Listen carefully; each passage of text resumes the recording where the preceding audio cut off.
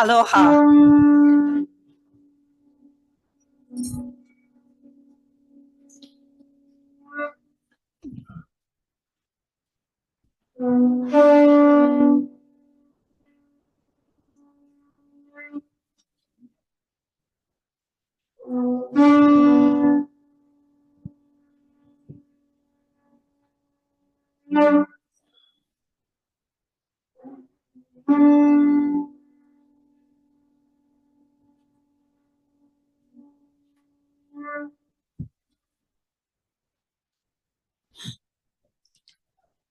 Aloha, aloha kakahiaka. I think it's still morning. Oh no, it's past the hour.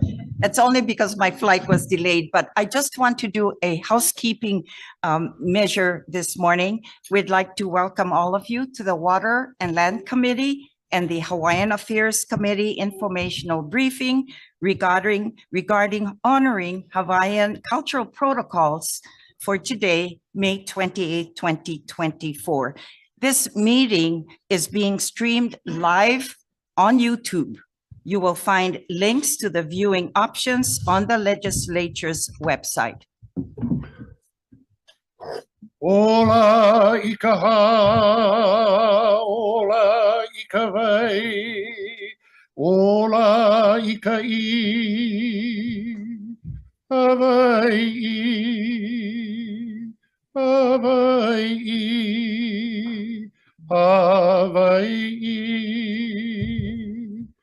Wakea kalani papa kahonua, no kaluna ko luna, no kalalo ko lalo.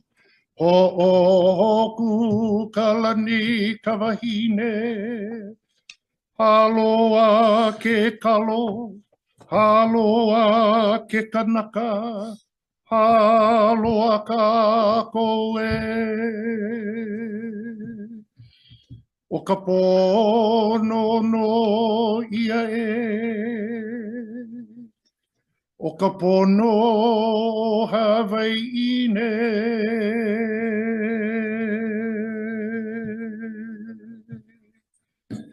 Aloha, and thank you for allowing me to be here today to do the pule.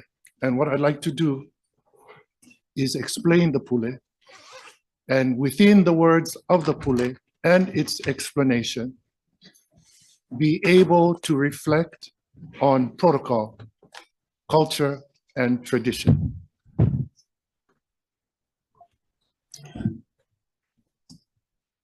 Aloha,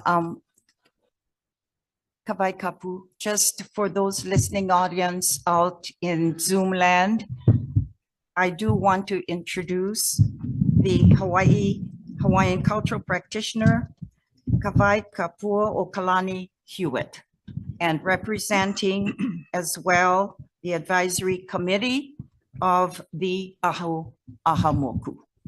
Thank you, Senator Inouye. And to our senators here today, aloha nui kako. Aloha. The words say, ola ikaha, that we are born from the breath from the mouth of the akua kane, who breathed into the nostril of the first man, kane huli honua, to instill his own breath into creation. The second breath from the akua kane, when he ordered his creation, kane huli honua, to stand with these words, e ola, e ku. Hence the olelo no e au, ika olelo ke ola, ika olelo ka make. Words can create life and words can destroy life. The line ola ikawai, the words say that we are born also from water, born from the life-giving waters of Kane. For after the gods Kane, Ku, Lono, and Kanaloa had gathered at Mololani at Mokapu, and after they had gathered the white sands of Kahakahaea, and after they had gathered the red dirt, the Lepo Alai, and the blue-black dirt of Mokapu, the Lepo Ha Uli Uli Ha Ele Ele, they secured the sand and the soil with water.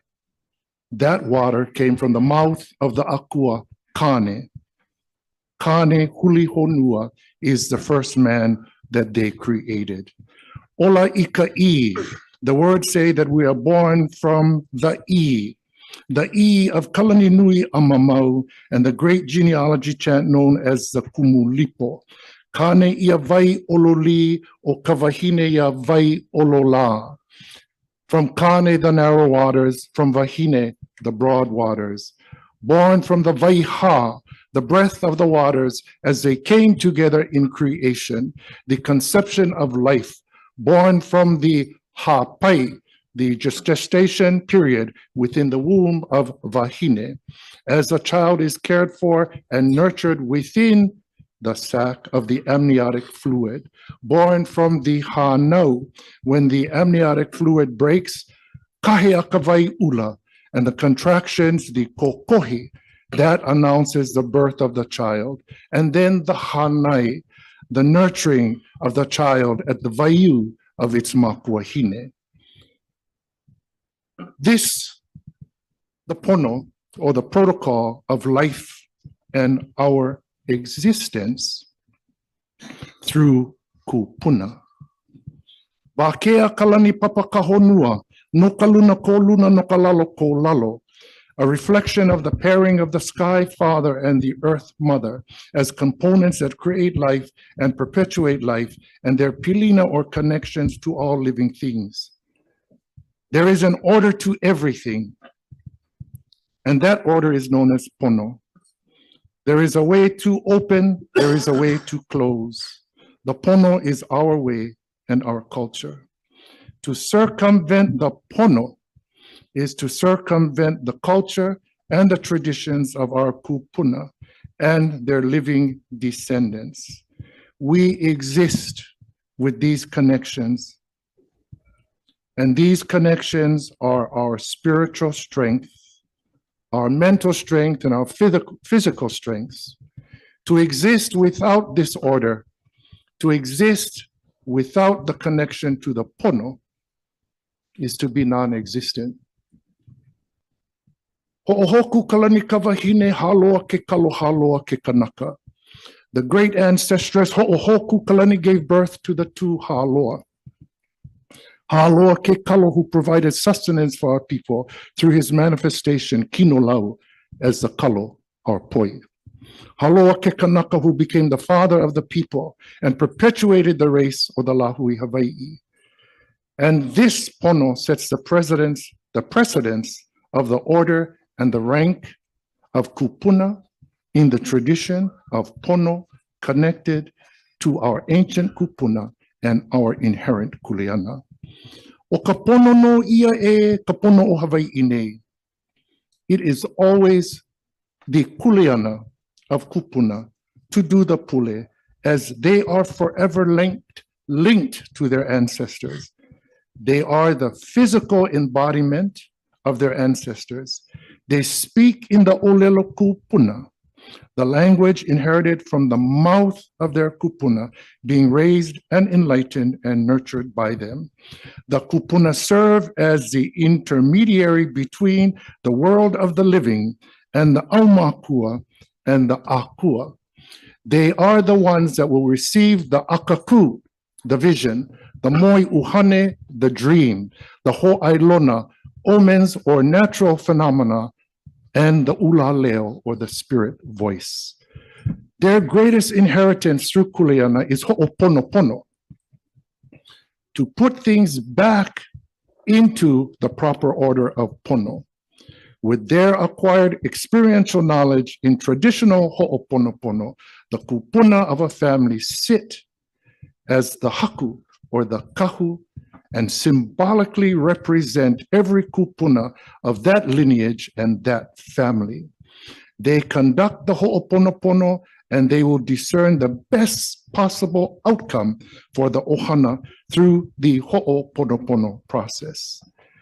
Again, when we circumvent and cancel out the great roles and responsibilities of kupuna in traditional roles and responsibilities within the Hawaiian culture, we are disconnected, non-existent, as everything in this world, our culture and our people are here and exist because of ike kupuna and kupuna kuleana. Finally, aya kava mamua pono. Aya kava ma hope pono. Our kupuna of the past are in front of us.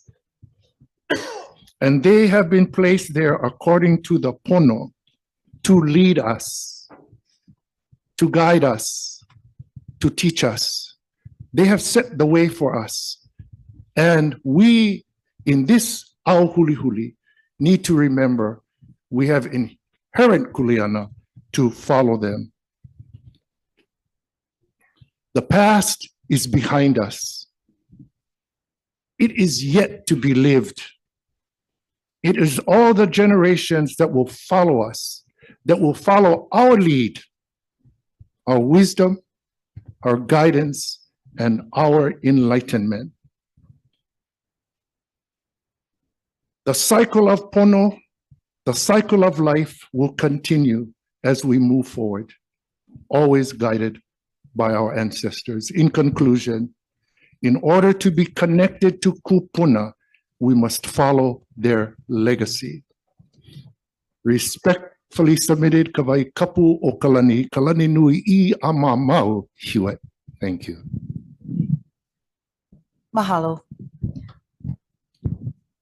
Before we proceed with our continue this meeting with the Aha Moku Advisory Committee and the call of Leimana Damate, who has served as the Executive Director, the Chair of the Water, Land and Committee would also like to introduce the members of our panel.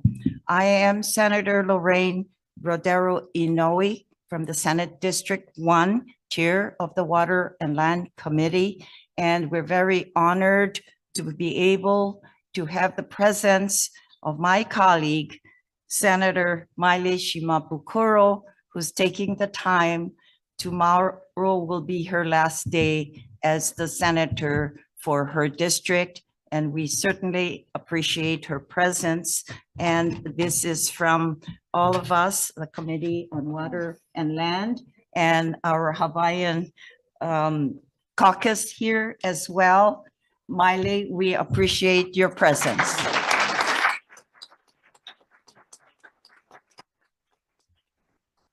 He has served our Hawaiian people well as the chair of Hawaiian Affairs in the Senate. To my left is the Vice Chair, Senator Brennan Elefante, and we do have our committee member as well, Senator Favela, and we're very happy and pleased that we have our chair of the Kupuna, our caucus, the Hawaiian caucus in the Senate, our dear friends and colleagues, Senator Jared Keoho Kalole. Mahalo for being here. Leimana, proceed. And we appreciate your presence as well. And mahalo too for the service you have done and the work with Aha Moku, the committee. Mahalo, Chair. Thank you so much. Aloha, Chair, and Chair Shimabukuro, and Senator Pavilla, Senator Jarrett, I call him that, and Senator Elefante, who is actually my senator from where I live now. Yeah, Leimana, just a few minutes, and I see a dear friend that she should be recognized, has been doing a good work for our Hawaiian people. Trustee Hulu Lindsay, please, aloha and welcome. Mahalo for your presence. Thank you, Leimana. Thank you, Chair, and aloha, Trustee Lindsay. So, my name is Leimana Damate. I live actually in the Ahupua'a of Kahuku, Moku o Ka'u, Moku o Ke'awe, island of Hawaii. That's where my family is from, as well as from Waimea. I have been, I'm so pleased to be here And I'd just like to briefly go through the role of Aha Moku and why we started and where we are now. So the beginning of the Aha Moku started with a vision of John Kaimikawa in 2004. And the vision was of the Lepopopolo rising to prominence on the crest of a wave.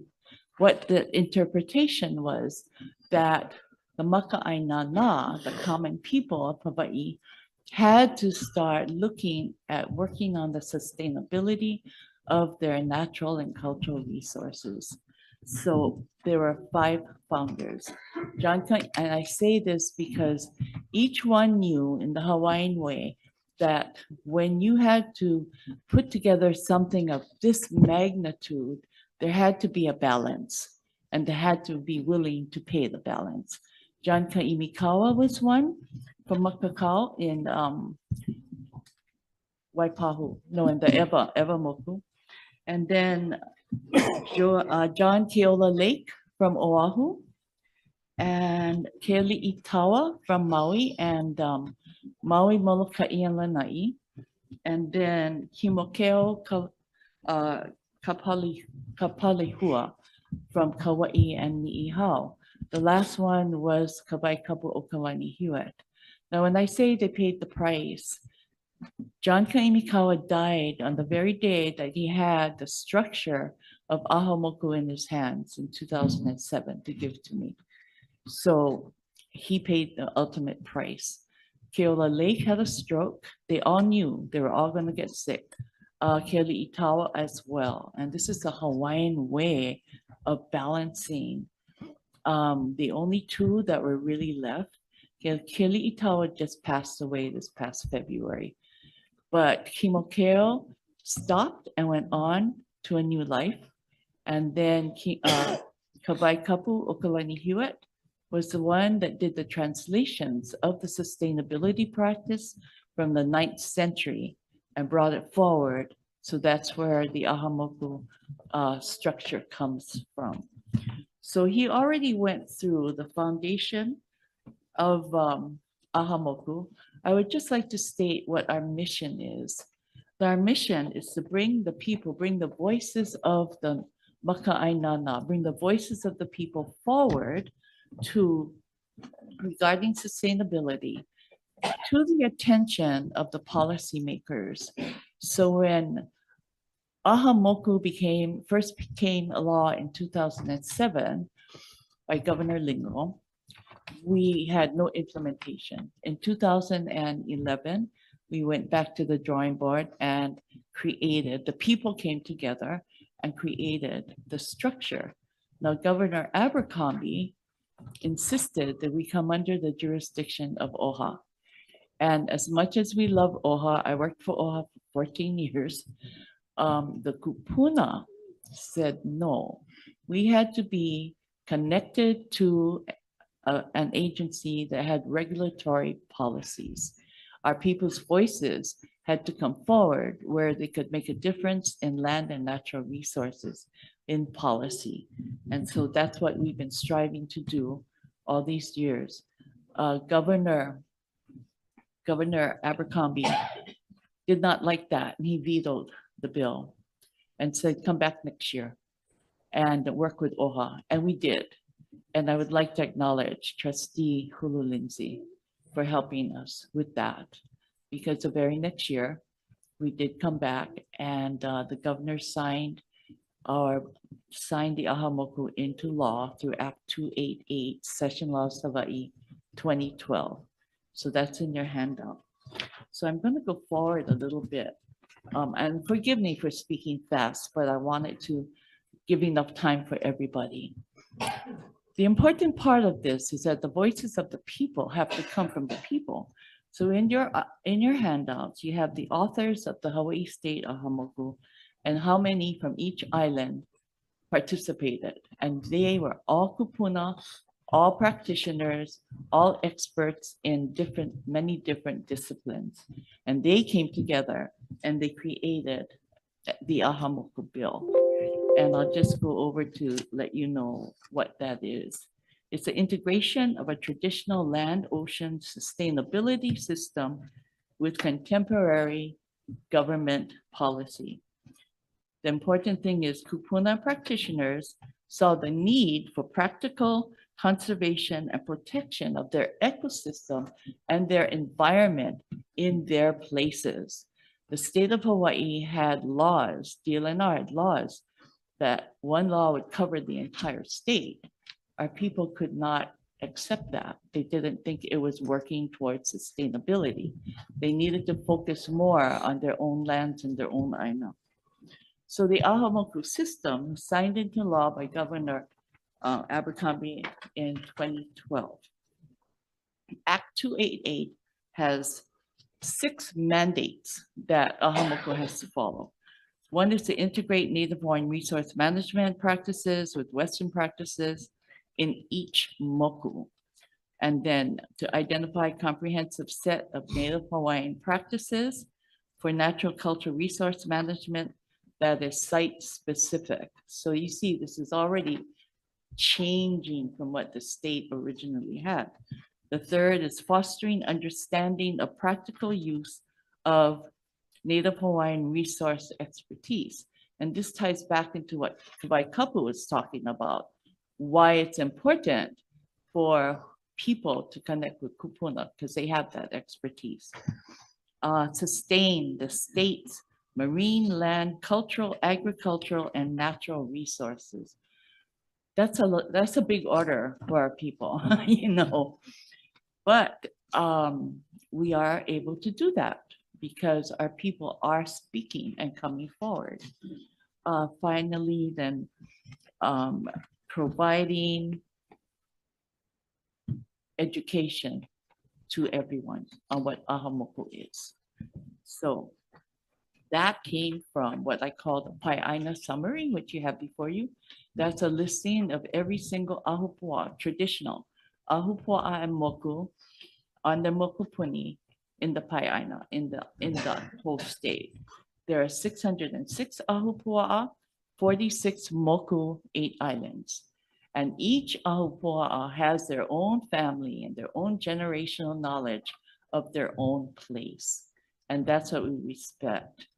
So I need to tell you that even when I work with all these kupuna and they show me where all their places are, their spawning areas, where their wahipana is, as soon as I leave that area, it's gone.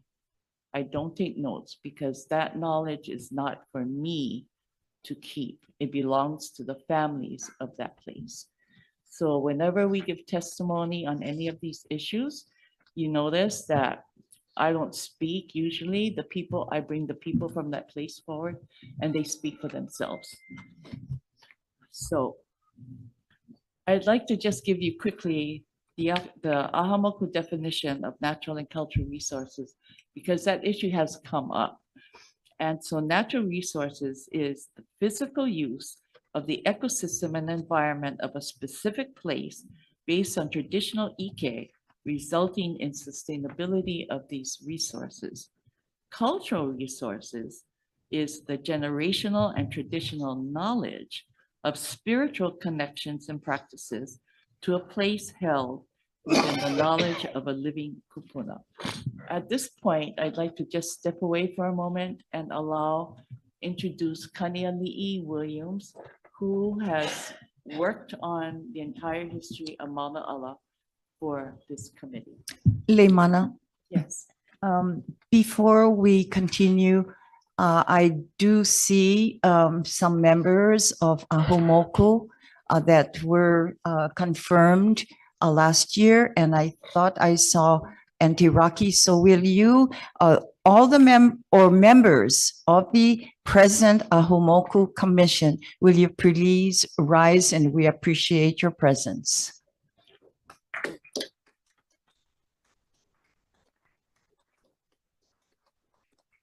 Mahalo. Chair, I just would like to, first I'd like to acknowledge Rocky Kaluhiwa as the state chair for the Aha Moku Advisory Committee. And she is also the po'o for the island of Oahu, Kakuhiheba. So she's, and then I do see people that are active in the Aha Moku, but Aha Moku is not a membership entity. So they, there's no members because we represent all the voices of the people based on family. Mahalo. So, okay, he's going to just give you a brief summary and then I'll come back to close. Thank you.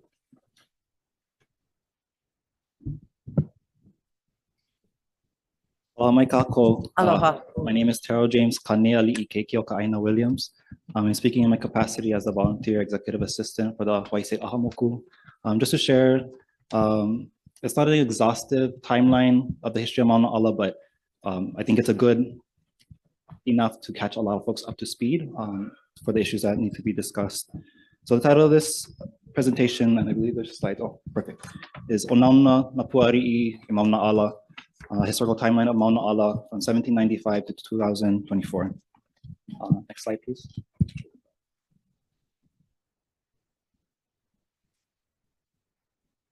So starting with 1795 on the next slide, it was a site of, it was a battle site between Kalani Kupule's army and Kamehameha I. So there's a history of ali'i and warriors shedding their blood on that site, which contributes to the deep sacredness of the place. We have to start with 1795 at least. Next slide, please. In 1862, Prince Albert, son of Kamehameha IV and Queen Emma, passes away at age 4, which prompts the inspiration for the building of Mauna Ala as the Royal Mausoleum. January 6, 1864 on the next slide, the West Wing was completed and a national funeral for Kamehameha IV was held in preparation for his internment. February 1st, 1864 on the next slide, a proclamation of the Privy Council declared that Mauna Ala, quote, be forever set apart from all common and profane uses by His Majesty's command. That's coming out from the Minister of the Interior, which they served as advisory to the head of state, which were the ali'i, the ruling ali'i. On the next slide, February 3rd, 2 days later, Prince Albert's casket was brought and he was buried next to his father, Kamehameha IV. Next slide, in 1865, this is the first person assigned as a keeper of the Royal Mausoleum by the direction of Queen Emma, and he was also chosen partly because he was also a nurse for Kamehameha IV. So there was already that relationship of taking care of the ali'i that was buried there. October 30th, 1865, on the next slide, Kamehameha V brought 18 members of the Kamehameha family to be reinterred from Iolani Palace grounds to Mauna Ala.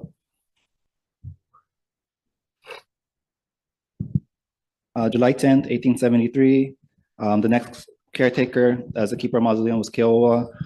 November 30th, 1875, the iwi of the parents of King David Kalakaua were buried there as well. On the next slide, we have May 3rd, 1878, Haumea was the next keeper of the Royal Mausoleum. March 6, 1885, Lani Hau was commissioned as the keeper of the Royal Mausoleum. This is all coming from the Minister of the Interior's communications on behalf of the ali'i. July 31st, 1886, Keanu was the next one. September 17th, 1888, Noholova'a is the next one. Then we have in October 15th, 1888, Princess Po'omai, the sister of Queen Kapi'olani and sister-in-law to King David Kalakaua, takes on that kuleana. She was also the president of the board of genealogy of Hawaiian chiefs. Then January 2nd, 1891, there's a memo that informs the Holova'a that supervision of Mauna Ala would fall under Queen Liliuokalani, or at the time, Princess still yet. So again, we have this other example of the supervision and authority over Mauna Ala is the ali'i. And there's a keeper on their behalf that takes care of the place. February 15th, 1891 is King Kalakaua's funeral, which was held at Mauna Ala. March 24th, 1893, Maria Beckley Kahea, who was a lady-in-waiting to Queen Liliuokalani, was appointed as guard and keeper of the Royal Mausoleum. This is the first time when the Ohana of Kahekai begins to serve in that capacity as keeper of the Royal Mausoleum or other titles as such. And then we have October 5th, 1894, kind of gives a little bit more understanding of who gives access to Mauna Ala. The keeper gives access to the property, but we see examples where, for example, Queen Emma has to be, Queen Dowager Kapi'olani has to be requested to access the building of the mausoleum itself. Again, the ali'i has charge over the place. October 3rd, 1895, there's permission granted to Pomai Kalani's body to be buried at the mausoleum. June 24th, 1899, Kapi'olani dies. On January 29th, 1900, Senator Clark of Wyoming introduces Resolution 28, and this is very important, titled, quote, Joint Resolution Withdrawing Certain Lands from the Island of Oahu, Hawaii from the public domain. May of that year, Queen Liliuokalani and Robert Kalani Hiapo Wilcox worked to remove Mauna Ala from the public domain through this joint resolution from Congress. And then on May 31st, 1900, the public resolution number 28 of Congress was passed and approved. And in it, it says, quote, that Mauna Ala, quote, withdrawn from sale, lease, or other disposition under the public land laws of the United States, end quote. As well as in 2006 through the Senate and House concurrent resolutions 137 and 138, there's a quote that says that same resolution from 1900, quote, forever reserved for the purpose to which the said lands have been heretofore dedicated and for which they have been heretofore used. Next slide, 1904. The Wai'i crypt is built for the Kamehamehas, by the Friends of Kamehamehas for the family of Kamehameha. 1910, in June, the Kalakaua crypt is completed on June 24th, and the family of Kalakaua and Kapi'olani are moved into the crypt. 1915, Charles Bishop died, and his ashes were carried in and earned by Prince Kuhio, and they're placed on top of the casket of Prince Pauahi Bishop, his wife. November 18, 1917, Queen Liliuokalani's funeral procession reaches the Royal Mausoleum grounds. January 15, 1922, Prince Kuhio Kalani Ola's coffin was lowered into the Kalakaua crypt. March 26, 1922, the chapel was dedicated to Prince Kuhio on his birthday. The next slide, we have another important, let me retract that. Another historical document that gives us a little more insight. February 22nd, 1944 is an executive order number 998 in regards to the Royal Mausoleum. And it was signed by the governor of the territory of Hawaii, and it ordered, quote, that the public land be set aside for the following purpose, for the Royal Mausoleum to be under the control and management of the Superintendent of Public Works. But reflecting back to Resolution 28 of 1900, the public lands were removed from the public domain. So this executive order, and it kind of brings the question of what public lands were this order made on, because there weren't any anymore. 1946, William Kahekai Taylor succeeds his cousin, Fred Beckley Kahea, as custodian of the Royal Mausoleum. February 19, 1948, William Bishop Kahekai announces that the territorial government would be paying for the first flagpole, and that only the flag of Kamehameha and the Hawaiian nation would fly there. January 25th, 1949, Fred Malulani Beckley Kahea passes, and in a Star Advertiser printing, he is described as the custodian of the Royal Mausoleum. Almost Paul. March 8th, 1950. And this is coming from, again, that 2006 resolution from the House and Senate that's mentioned that the Attorney General of the Territory of Hawaii in that year of 1950 had written a letter that said, quote, the Royal Mausoleum premises were dedicated as a burial ground for the members of the royal family of Hawaii. The resolution was designed to perpetuate the dedication of the premises as a mausoleum for the old Hawaiian kings and members of the royal family by making certain that the premises would not be disposed of under the public land laws of the United States, reiterating, again, Public Resolution 28. 1953, David Kwananakua dies and fills the last space in the crypt. November 1st, 1956, Kahekai Taylor dies, and his wife, Emily Namau Taylor, succeeds him. She's the first to receive contractual employment to the Territorial Civil Service and is the Royal Mausoleum Guide. September 8th, 1961, Iolani Luahine, whose aunt Keahi Luahine was a royal court dancer for the Kalakaua dynasty, became custodian of the Royal Mausoleum. So there's that relationship. The family was already connected to the Kalakaua dynasty. January 1966, Lydia Namahanai Kaleleokolani Taylor Maioho becomes the guide and custodian of the Royal Mausoleum following Iolani Luahina's retirement. 1968, Kaimano Church trustees visited Ida Naone, the Iolani Palace curator, and who called for about the buyers deteriorating, and along with Mama Kakawa, which is one of the Royal Hawaiian Societies, brought them to Mauna Ala after restoring them. So we have another example of involvement from one of the Royal Societies early on. January 31st, 1972. This is another interesting historical document. I put the Royal Mausoleum in quotes because this is how they titled this as what they were registering in the National Register of Historic Places. And through this 20-page document, they solely focused on the chapel building, and they referred to that as the Royal Mausoleum. And when I looked into the document, there's photos of the chapel. There's no photos of the entire grounds. So that's just an interesting point to note. January 3rd, 1995, William John Kahekai Maioho was appointed by Governor John Waihe'e to be caretaker of the Royal Mausoleum following his mother's retirement. In 2006, we have the Senate concurrent resolutions that I referenced earlier, as well as the House concurrent resolution. That not only they brought attention to Joint Resolution number 28 from 1900, but they also resolved that, quote, the Association of the Hawaiian Civic Clubs is requested to support the preservation of Mauna Ala through measures demonstrating its commitment to this project, end quote, and quote, that the Governor, the Office of Hawaiian Affairs, and the Department of Land and Natural Resources are urged to support the restoration of Mauna Ala through allocation of appropriate state funds for this purpose, end quote.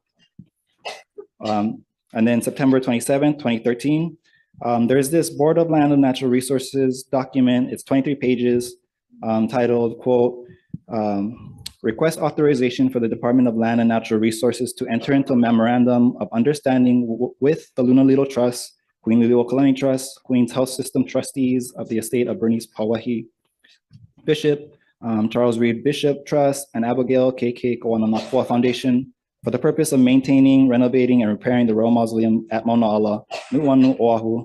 They get the TMK number. And further in the document, they were seeking assistance with financing and execution of stewardship of Mauna Ala using non-state funds. October 21st, 2015, William Kai Bishop Kahekai Maioho began serving as the curator of the Royal Mausoleum as announced by a DLNR news release the day prior. And then as a most recent, May 13th, 2024, through a DLNR news release with statements made by DLNR Chair Don Chain and DLNR Division of State Parks Administrator Kurt Cottrell, the hiring of a curator of the Royal Mausoleum State Monument was announced. However, it was done through a process that created uproar within the Native Hawaiian community by excluding the Hawaiian Civic Clubs, the Hawaiian Royal Societies, and OHA from participation in the process. And it also circumvented the appropriate cultural protocols, as well as circumvented the procedures required by state law pursuant to Act 288, which requires advisory by the Hawaii State Aha Moku.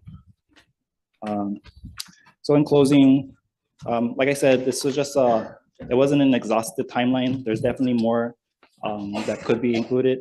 But the main points is one thing that I want to make clear is that if we look at the history of Mauna Ala from its first keeper, it was determined and appointed by the ali'i, the ruling ali'i, with advisory from, the Ministry of Interior. So that was a protocol. Like Kabe Kapu Kalani spoke earlier about protocol. And this history also brings up a lot of possibly legal questions that might need to be answered. I'm not an attorney, but I do think the historical documents bring those questions out, and they do need to be answered. But that's the completion of my presentation. Mahalo nui loa, maki aloha aina. Aloha. Mahalo.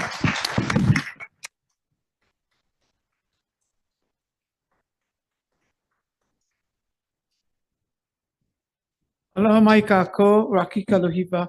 Aloha. Kalamai to the Association of Hawaiian Civic Clubs. It was through the Association of Hawaiian Civic Clubs that actually helped to write the first original bill for the Aha Moku. And our job moving forward is to bring the voices forward, where we take, and we're not making no judgment, but we had so many calls, and thanks to some of the senators here, that the voices needed to be heard. And that's the purpose that we're here for today. Mahalo. Mahalo. Okay. Thank you, Chair. And I'd like to thank the other speakers who are here today for their indulgence in letting us go a little bit over our time. Okay, so I'm going to close. I would just like to say that what Rocky said is true. We bring the voices forward. However, DLNR, we are attached to DLNR. And in the past 18 months, whether we agreed or did not agree with a lot of the policies, we were able to sit at the table.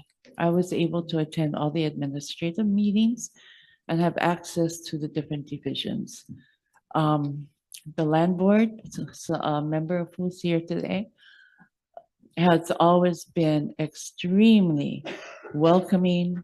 The land board itself adheres to the Aha Moku Act that says we may advise and give recommendations to the land board and to DLNR.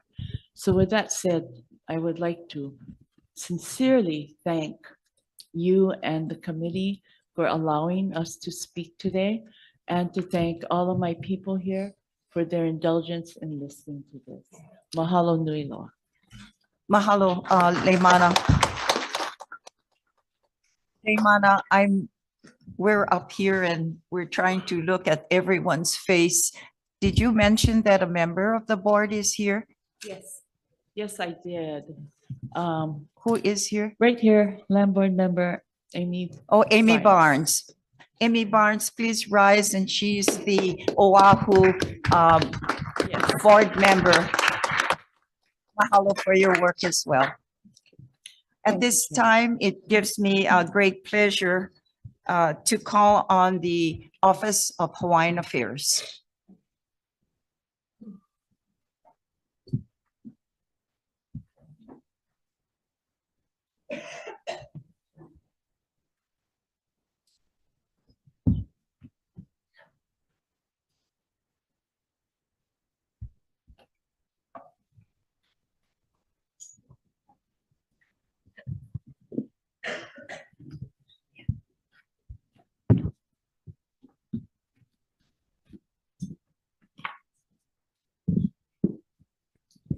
Mahalo for having us. Chair Lorraine Inoue, Chair Maile Shimabukuro, Vice Chair Brandon Elefanti, Vice Chair Kurt Vivella, and Senator Jared Keohukalole. Aloha. And aloha mai kako to all our kanaka. My name is Carmen Hulu-Lindsay, and I serve as the Maui Island trustee as well as the chairperson of the Board of Trustees of the Office of Hawaiian Affairs. Mahalo for recognizing the critical issue at hand today. Under the directive of HRS sections 10-1B and 10-3-4, OHA is compelled to address the committee in response to the disregard of the law by the Department of Land and Natural Resources and its chair, Don Chang, in the selection of the next caretaker, Kahu, of the Mauna Ala, the Royal Mausoleum in Kawananakuanu'uanu, Oahu. Despite state law mandating that all state agencies engage with OHA on matters affecting its beneficiaries, DLNR and its chair have disregarded our cultural mores and traditions. Our revered Ikeku'una traditional knowledge emphasizes the value of kuka kuka, our discussion, among all stakeholders. Ignoring this tradition in favor of a closed-door hiring process disrespects our heritage and our kupuna, our ancestors. OHA testifies firmly on the grounds of both HRS and our ku'una, OHA and our beneficiaries, including the Ali'i trusts, Queens, Luna Lilo Trust, the Kamehameha Schools, Lili Okalani Trust, the Kawananakua Foundation, the Hawaiian Royal Societies, the Royal Order of Kamehameha, the Ahahui Ka'ahumanu, the Hale'ona Ali'i o Hawai'i, and the daughters and sons of Hawaiian warriors, Ma'amakakawa, and the Association of Hawaiian Civic Clubs should have been included in the selection process of the curator and kahu of Mauna Ala. These stakeholders have lineal connections to the ali'i burials at Mauna Ala and have previously been involved in such selections. The perpetuation of Hawaiian culture, history, legacy, values, and protocol is crucial for all who call Hawaii home. The connection between Hawaiian culture and the stewardship of Mauna Ala cannot be overstated. The roles of kahu and curator are intertwined, both in the physical and spiritual realms. The erasure of our protocols at Mauna Ala through a DLNR administrative process is unacceptable. Our kupuna believed that our ali'i had divine ancestry, which bestowed sacred status upon them in life and death. Their mana, the spiritual power, does not dissipate after death, and the preservation of their iwi, their bones, is crucial. Burial sites of the ali'i, such as Mauna Ala, are sacred and hold immense spiritual significance. Caretakers, kahu, and guardians, kia'i, of our iwi ali'i are often chosen from lineal descendants, families, or trusted companions. Their role is to uphold cultural protocols and spiritual practices associated with the care of the ali'i remains. Previous DLNR Chair William Ayla, along with Uncle Bill Maioho, past kahu of Mauna Ala, and the ali'i Trust, established a co-stewardship structure for Mauna Ala, approved by the BLNR on September 27, 2013. This structure, crafted with the input of OHA's current kapohana, Stacy Ferreira, took into account the mana of our ali'i and the importance of Native Hawaiian cultural protocols. The current DLNR administration has ignored these agreements. OHA requested consultation with DLNR Chair Don Chang regarding the curator selection process as mandated by Chapter 10, Hawaii Revised Statutes. Chair Chang's response was that the hiring process was solely an administrative matter for DLNR. By law, OHA should have been consulted, and our request remains unresolved. OHA believes the DLNR hiring process lacked fidelity, violated state mandates, and disregarded standing Hawaiian cultural practices and protocols, causing great distress within the Hawaiian community and dishonoring our ali'i. OHA urges the following actions.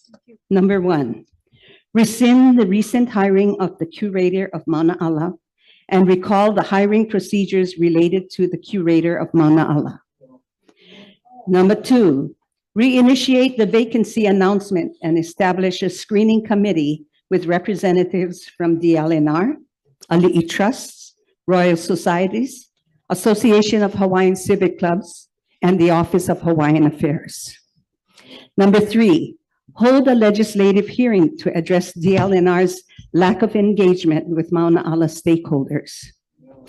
We trust the committee will recognize the gravity of this situation and take steps to rectify it, ensuring transparency, peace, and respect for Mauna Ala, and perpetuating the sacred responsibilities of Hawaiian culture. Mahalo nui loa.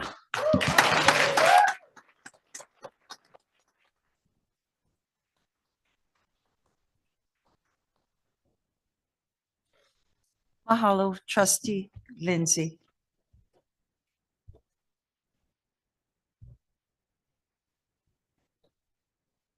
Next, we have offered some time for the from the University of Hawaii Richardson School of Law, Manoa, the Kahuli'au Center for Excellence in Native Hawaiian Law.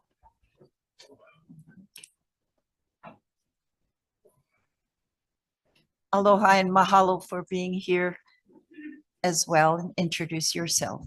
Aloha, my name is Kaululu Uai. I am a post-JD legal fellow for Kahuli'au Center for Excellence in Native Hawaiian Law at the Richardson School of Law. Aloha Vakea, Chair Inouye, Vice Chair Elefante, Chair Shimabukuro, Vice Chair Favela, as well as Senator Jerry Keokalole. Aloha e na hulukupuna, na aloha li'i, na ku'auhau, na kaiaulu, aloha. Aloha. Mahalo for the opportunity to brief your committees on this important matter of honoring Native Hawaiian cultural protocols in government decision-making. First, I'd like to just give a brief history of Kahuli'au. So Kahuli'au Center for Excellence in Native Hawaiian Law is an academic center that promotes education, scholarship, community outreach, and collaboration on issues of law, culture, and justice for Native Hawaiians and other Pacific and Indigenous peoples. As an academic center, some of our roles include educating law students, government officers and officials, and community members in various aspects of Native Hawaiian law and culture. And we publish scholarship on issues in Native Hawaiian law and also provide direct legal services to communities in need through our Native Hawaiian Rights Clinic, oftentimes working with local administrative agencies. Kahuli'au strongly supports the legislature taking proactive steps to actualize the promise of restorative justice for Native Hawaiians, which is enshrined in our Constitution as well as other laws. First, I'd like to highlight a precedent-setting case titled Kapa'akaio Ka'aina versus Land Use Commission, in which the Hawaii Supreme Court explained that our local government here in Hawaii, so that includes the state, the counties, as well as their respective administrative agencies, are obligated under Article 12, Section 7 of Hawaii's Constitution to protect the reasonable exercise of customarily and traditionally exercised rights of Native Hawaiians to the extent feasible.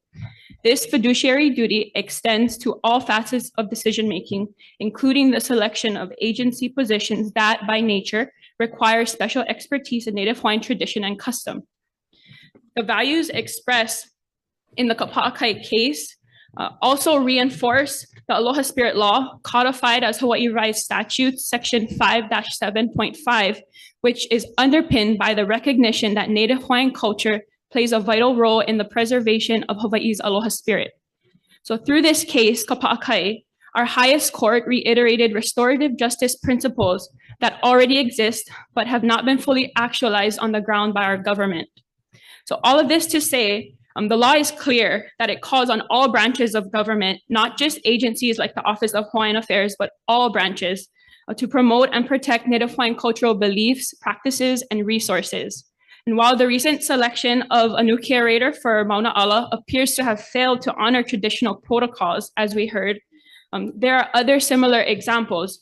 For example, the selection of a new water commissioner with required expertise in traditional Native Hawaiian water management is another appointment that has raised concerns and that many in our Native Hawaiian community are actively tracking because past appointments have not been made with regard to our protocols and Native Hawaiian traditions and customs.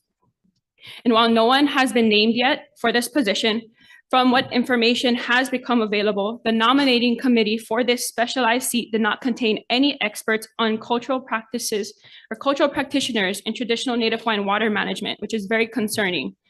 Further, we understand that only 3 of the 4 candidates for this cultural practitioner seat were actually qualified to sit in this position, and the 4th being the last Luna of the Pioneer Mill Sugar Plantation. So this has been extremely insulting for our community and actually shook a lot of people to their core from the responses that we've been getting from the community. And most concerning, the governor has yet to pick someone, even though he was presented with names for more than 3 months now. He was given this short list of 4 people in February 2024, and no selection has been made to be confirmed by the Senate during the legislative session. Very concerning, because this could potentially lead to this position being vacated and being empty. And so the current commissioner for this seat, Neil Hannes, his term is set to expire at the end of June, and no position has been filled yet. So this could leave the Water Commission with all critical expertise to consult them and advise them on decisions affecting Native Hawaiians at a time of critical importance, where the Water Commission will be facing issues of temporary emergency housing for Lahaina, water use permits for kalo farmers, and more. And so the takeaway here is that addressing how decision makers can honor Native Hawaiian culture and protocols is an important issue facing our community. And it's not just something that's already happened. Appointments continue to be made in real time, and we must honor the traditions and customs that underpin them as shown in our laws. And so with this context in mind, we're also here to provide some mana'o for your committees to contemplate to improve decision-making processes moving forward. And the first and foremost advice we'd like to give is to start by acknowledging the historic injustice done to the Indigenous people of this place.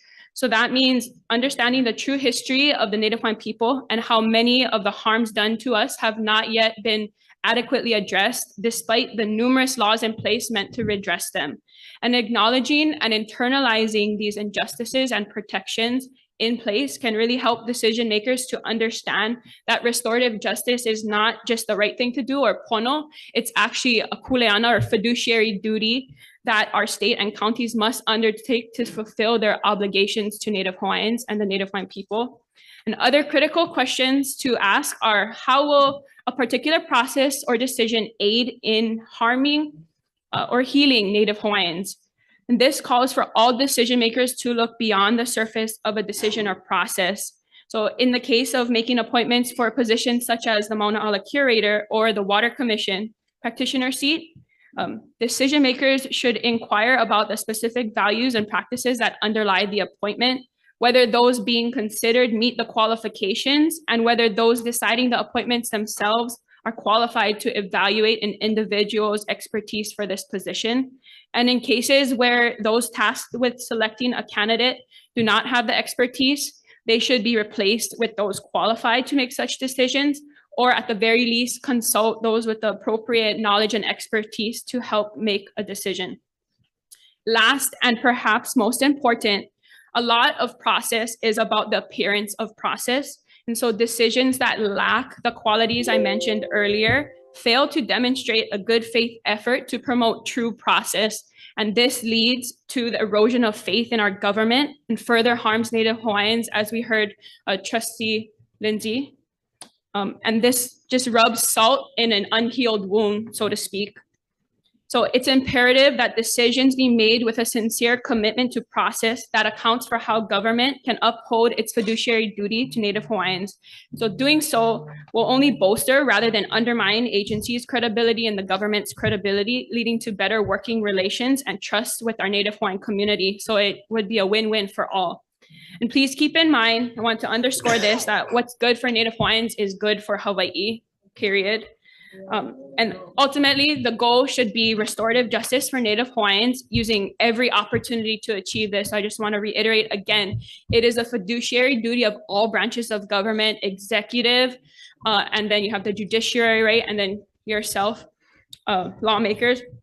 It's all of your kuleana to uphold restorative justice for Native Hawaiian and the principles that are already in the law. And too often, by the time the public hears about these decisions, the damage is already done. As we are here now before you folks, the damage is done.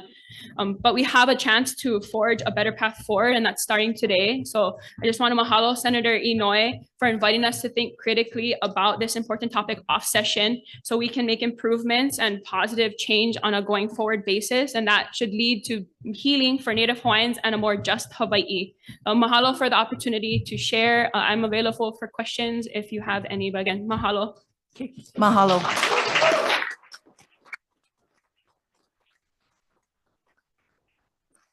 We'd also like to thank Kapua Sproat for spearheading our speaker today, as she was, her schedule has been very tight, but she did want to make sure that we hear from the law school, and we appreciate, I know you're all busy as well, and appreciate your presence. And members, anytime you want to ask questions, feel free. You'll be around. Yes, Um, I'll stay. We'll then. continue on with our agenda items as well at Thank this you. point. Aloha. Mahalo. Any one of the members of the Royal Benevolent Society, including, we do have Royal Order of Kamehameha, Ahahui Ka'ahumanu, Hale o na Ali'i, and the Daughters and Sons of Hawaiian Warriors, and anyone else who is part of the association, and we'll allow you to speak in any order that you feel comfortable with. Aloha. Aloha mai. And your name, please, and your association. Aloha e nā luna hano hano a me nā mama o Hawai'i mai kahiki a ka lā i hae kau I ka mole o le hua aloha kākou. Aloha. I am Arthur Ayu, and I currently serve as the Aha Moku for Hawaii Chapter 1 of the Royal Order of Kamehameha. I was asked by our Ali'i Nui Alika Deshe to come and represent the order. I've come with no written testimony except encouragement to the committee and to mahalo all those leo that are coming forth this morning. Kawai Kapu shared many words in his pule with us that we should always be mindful of, especially to the work that you are going to undertake. And the first and most important word is pono. All we encourage you to do is make sure all the work that you do for the lahui is pono. And perhaps that we are in a moment where we need to ho'oponopono. But we came forward and we sent correspondence to the governor, and we thought that we could receive answers. But unfortunately, we have not reached that stage. So I only come with support to anything that is pono to the lahui, because there is a lot of history that comes with this particular issue. You know, the roles have already been played. There is already a plan. And the insight that Kawai Kapu shared, that is that we are following a kupuna. Yeah, that is all that we have to do. We follow what was here before us, so that we know that we're on the right path for the generations to follow. So that is all that I have to share, and mahalo for the time. Mahalo. Okay. Mahalo as well. We'd like to recognize that we do have trustee, OHA trustee Keone Souza is here as well. Okay, mahalo for being here. Okay, next up, whoever is available.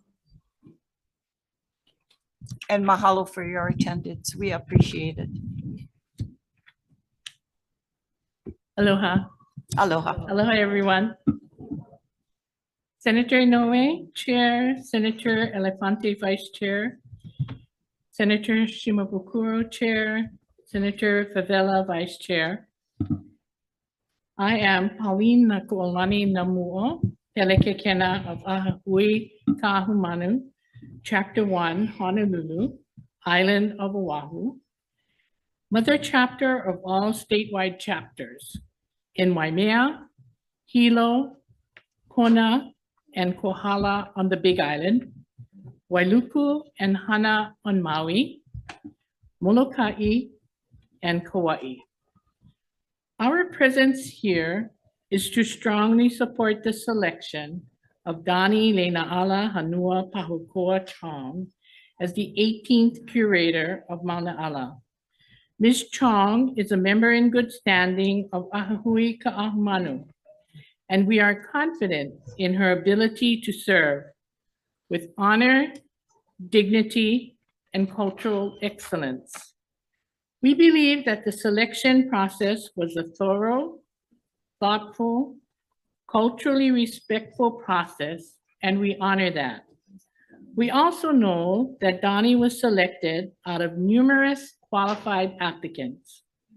Based on the news release issued by DLNR Chair Don Chang, we are comforted to know that the interview panel for this position exercised extreme cultural sensitivity in selecting Donnie. We, as a benevolent Royal Society, consider the role of Hawaiian cultural protocols in decision-making important to our organization, and we ensure protocols are practiced. As we listen to everyone's concerns, and even for this particular position, I think that there will be good discussion in our community that hopefully will be making significant changes to positions that we are especially focused on, that we want to be sensitive to our Hawaiian culture. We thank you for the opportunity to inform you on this matter, and we are extremely honored to appear before this esteemed body. Mahalo. Mahalo. We see our good friend, Jacob Aki here. Aloha. Aloha Chair, Vice Chair, members of the Joint Committee. My name is Jacob Aki, and I'm the Ikulani Nui State Vice President of the Mauna Ala, founded by His Royal Majesty King David Kalakaua as the Hale Nawa in 1886. Our organization re-emerged in 1911 and was permanently established under the guidance and leadership of Princess Abigail Wahi Ka Ahu'ula Kawananakoa on April 7, 1918, as the Hale o na Ali'i o Hawai'i. Guided by our current Ikulani Ho'ano, Prince Quentin Kuhio Kawananakoa, we continue our mission to promulgate and cement friendly relations among our members, tending to them in times of need, and to promote, perpetuate our Hawaiian language, culture, traditions, and protocol. Hale o na Ali'i asserts its profound concern and disappointment in the selection process conducted by the Department of Land and Natural Resources and its chair, Don Chang, in the process leading to the appointment of the most recent curator. The Hale o na Ali'i maintains the process lacked transparency and failed to consult key Native Hawaiian organizations with historical and cultural ties to Mauna Ala. Mauna Ala is not merely a historical site, but we claim lineal descendancy to several of the Ali'i who rest there and who served as founding officers and cornerstones of our society since its inception as the Hale Nawa. These individuals include His Majesty King David Kalakaua, Her Majesty Queen Kapi'olani, Her Royal Highness Po'omaikelani, Her Royal Highness Kekaulike II, His Royal Highness Prince David La'amea Kahalepoli Kinoiki Kawananakoa, Princess Abigail Wahi Ka'ahu'ula Campbell Kawananakoa, Prince David Kalakaua Kawananakoa, and Princess Abigail Kinoiki Kekolike Kawananakoa.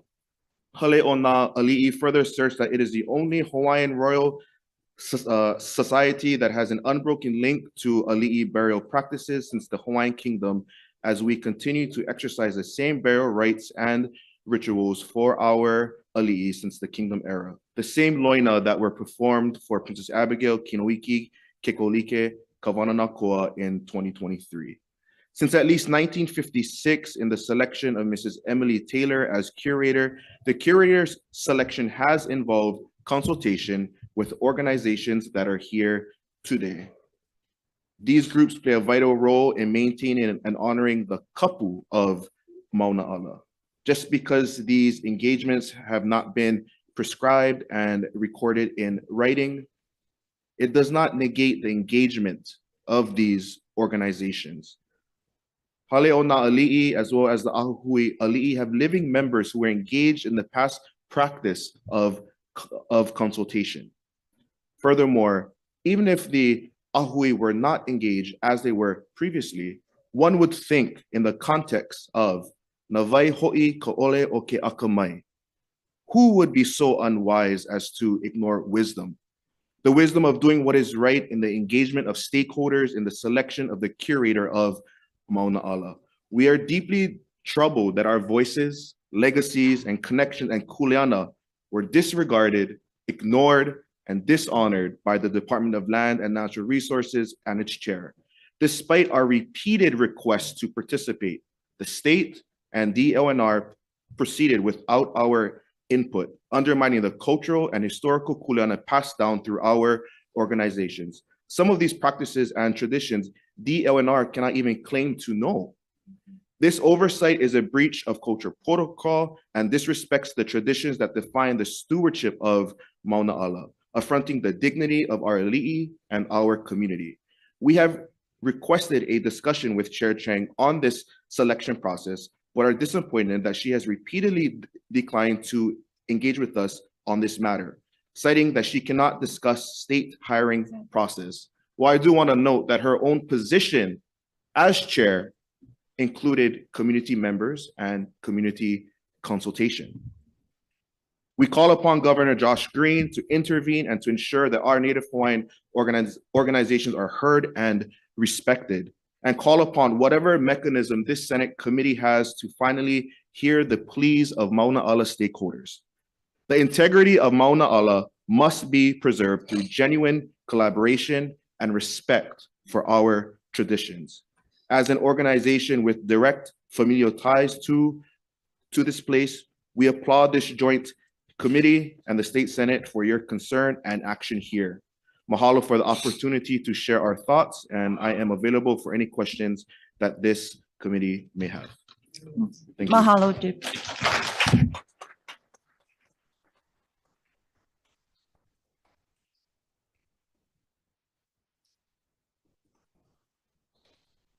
Anyone here from the Daughters and Sons of Hawaiian Warriors? Aloha. Aloha. I'm sorry it took me a little longer to get here. No. Aloha, Senator Inouye and Senator Shimabukuro, Senator Elefante, Senator Kalole, and Senator Favela. My name is Colleen Ayu, and I am the Kuhina Nui of the Daughters and Sons of Hawaiian Warriors Mama Kakaua. Our organization began during the time of the monarchy. We were bloodlines related to the monarchs, and we upheld them in many different ways. In 1917, we were required to organize and charter ourselves. And so that would be the beginning date you would find in the records of this state. And that would be 1917 that it was chartered and organized. But the organization has existed long before that. And I wonder why we're all here, and you probably wonder the same thing. And so I'm going to give you a brief history of how we got here. The appointment for curator or kahu at the Royal Mausoleum was vacated at the end of April. And so from April 2023 onward, that time was supposed to be used to select someone. And then the job was posted in November, and it was posted for 2 weeks. Now, during that time from November to December, there was a lot of movement in the Hawaiian community, a lot of fire going on. The Coconut Wireless was quite busy. And then in January, toward the ending, Hawaiian societies assembled. We got together, we hoped to try to get together with everyone just to talk among ourselves as po'o. And that was on January the 30th. On February the 2nd, the Daughters and Sons of Hawaiian Warriors wrote a letter to the governor. We didn't feel that the Department of Land and Natural Resources or anybody was even thinking about the position of kahu and how important it was. So please listen to me as I read to you our letter.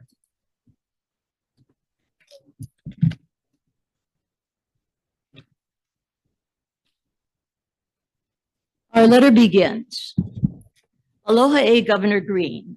Mahalo nui loa for your tireless efforts in helping our ohana devastated and displaced by the Maui wildfires.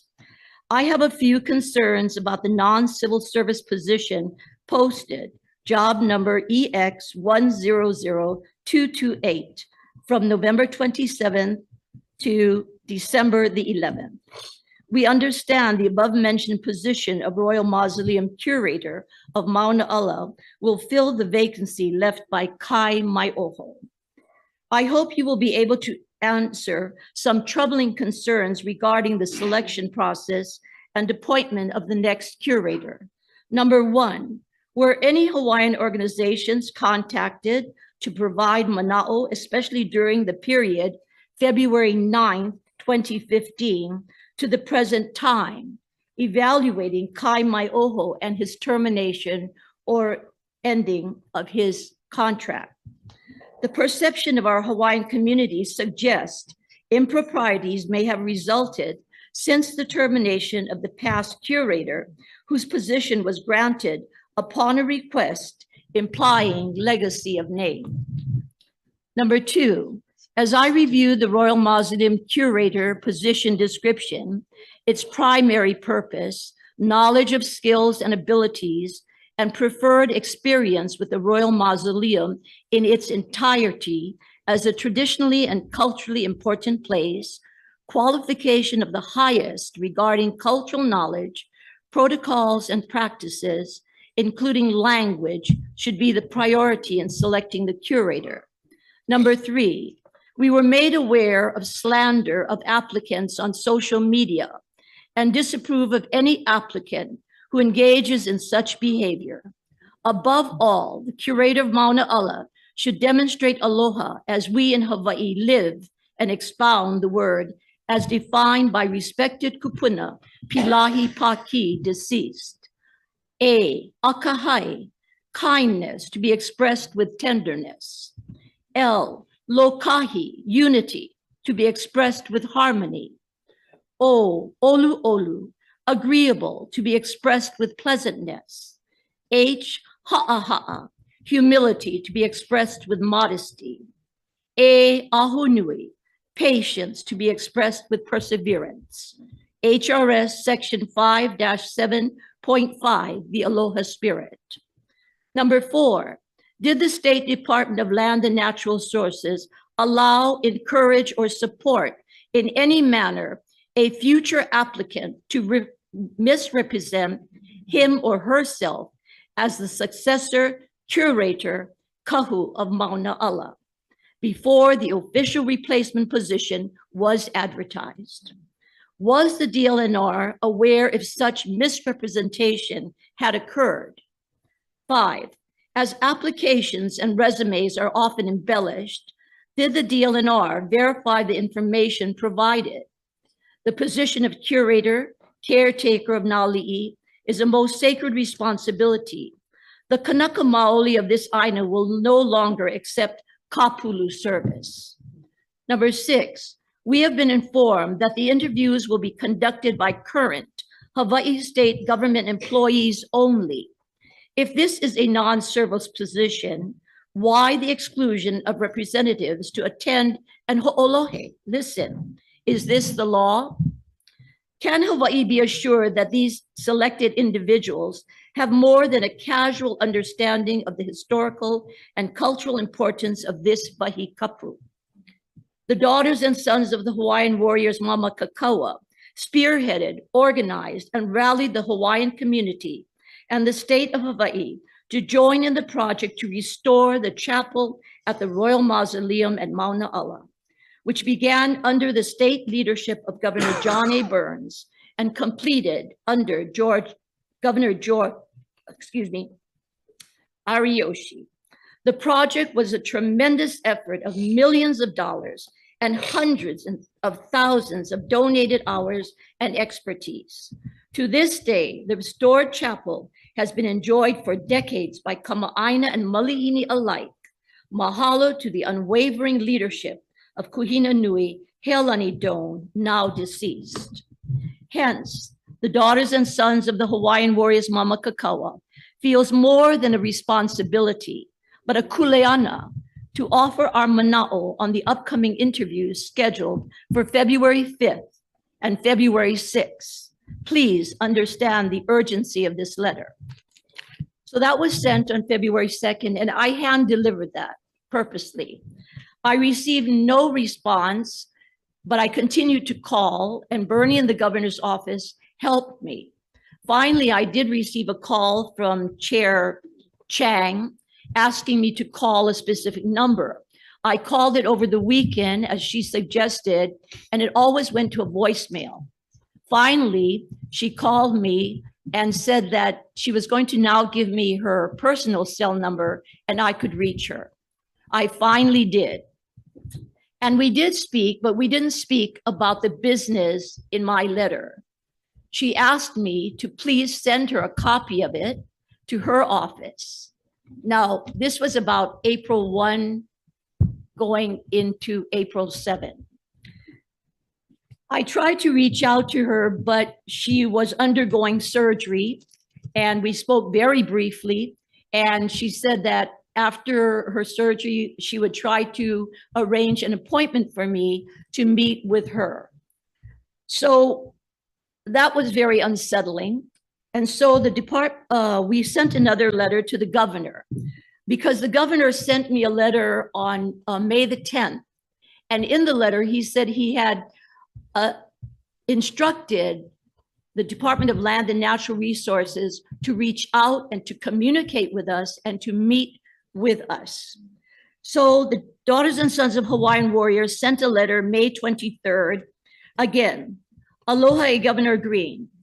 It has been 10 days short of 4 months, and our letter to you dated February 2nd, 2024, that was forwarded to the Department of Land and Natural Resources by your staff, Bernie, as well as a copy of that original letter requested of me by the Department of Land and Natural Resources Chair Chang, April 1, to be sent addressed to her, has not been answered, and we fear has been dismissed. Sons of the Hawaiian Warriors Mamakakoa, again request answers to our questions in our letter dated February 2nd. Had these questions been answered and our input considered before, quote, Mauna Ala new caretaker starts job with contention, Jill Kuramoto, 5/14/2024, it was our hope that we and others may have helped mitigate and avoid another incident of exclusion and dismissal of our Hawaiian Ike. Following the encouragement of your letter of May 10th, 2024, the Daughters and Sons of the Hawaiian Warriors Mamakakoa contacted your office, and Brooke Wilson sent our request to meet with the Department of Land and Natural Resources Chair, Don Chang, which she responded by email dated May 14th.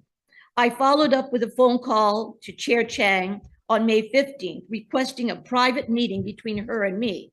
I have not received a time slot to date, as Chair Chang was recovering from knee surgery. The overwhelming negative response to the Department of Land and Natural Resources selection is significant.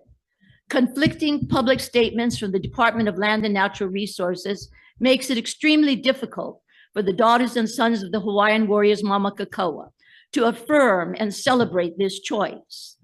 Conflicting public statements bring numerous questions and doubt as to the selection process used and the importance, quote, of a kahu, quote, for Mauna Ala.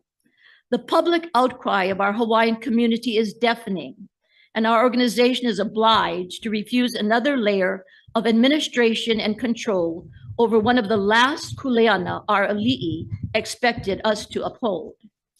As your letter of May 10th encouraged and stated, please meet with me and hear my suggestion to correct this pilikia and not let it continue to fester and divide us.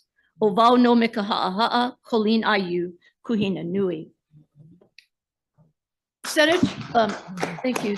Senator Inouye and committee, you know, we respect the law and we try to follow the law, but it's emotionally distressing and mentally abusive for all of us to have to prove the right of who we are and to prove the validation of our protocols. So let me just step back a little. The Hawaiian government was overthrown. The government was overthrown in 1893, not the state itself, but the controlling officers of government. In The Hague and at the Geneva Convention, it was recognized and it was validated that the Hawaiian kingdom still exists. However, the governing party has not used the laws of occupation to attend to us. Having failed to do that, we continuously come up. And as I mentioned, it is emotionally distressing. We have spoken about things that we do for generations, counting back 5 generations. All of us didn't receive the right education to understand the events of history. But now that we do, we say to you, we own the right to choose the kahu. We claim that right. We are the ones who best understand what is needed. We don't need an administrator. We need someone who will love, who will nurture, and who will pai us as Hawaiians to look at this and validate, hey, Hawai'i. We don't need another layer. And so I was very happy that this informal briefing of information was taking place, because it's so necessary for everyone, all of us, even myself, to continue to learn and how best we can work together. But on this issue, for kahu of Mauna Ala, we claim the right, we own the right, and it should be left to us to decide. Who am I? I teach hula. Who am I and where do I come from? Lono i Kahaupu married Kalani Kaleleaivi, and they had a son, Keawe Poipoi. Keawe Poipoi married his sister, Kanoena, and they birthed twins, Kamanava and Kamea Moku. Those twins stand on the coat of arms. And in that family situation, we have descendants of Kamea Moku and descendants of Kamanava. You know, genealogy is biology. Genealogical ties, that's biology. But cultural knowledge is lineage. And oftentimes, cultural knowledge doesn't intersect correctly or sharply with genealogy. And that's where we have some problems. Cultural knowledge is not something you learn because you spent 10 summers with somebody fishing. It is learned from living. And I confirm that because I was 33 years old when I took on a great responsibility. And now 40 years later, I'm only understanding the depth of that and what it means. And so I restate again, I am here to address the kahu of Mauna Ala. And as the kuhina nui of the daughters and sons of Hawaiian warriors, Mama Kakawa, I restate, it is our kuleana, we claim it, and we are the best who understand its history, its genealogy, and the way it can assist and guide all of us, not only Hawaiians, but every single person who claims Hawaii is their home. It is our kuleana. It is us as the Hawaiians. It is our kuleana. So I want to thank you for letting me come and read my letters, and hope that, you know, some resolution will come to this. But again, I thank you for all of your help. But I'm hoping at this time, state agencies and others will understand that it should be left to us to discuss, to talk over, and develop a plan. So thank you very much. Mahalo.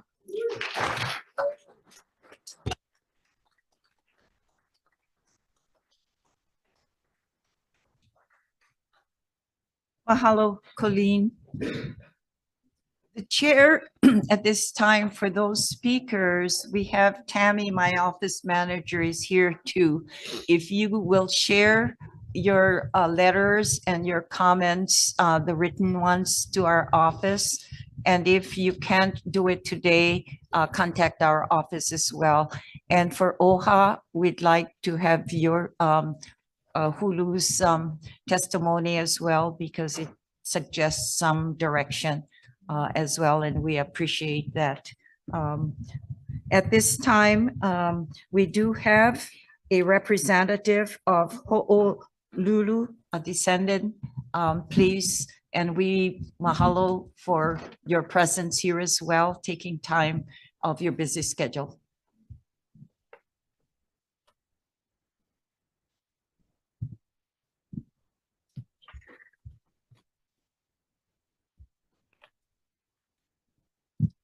Aloha, everyone. Aloha.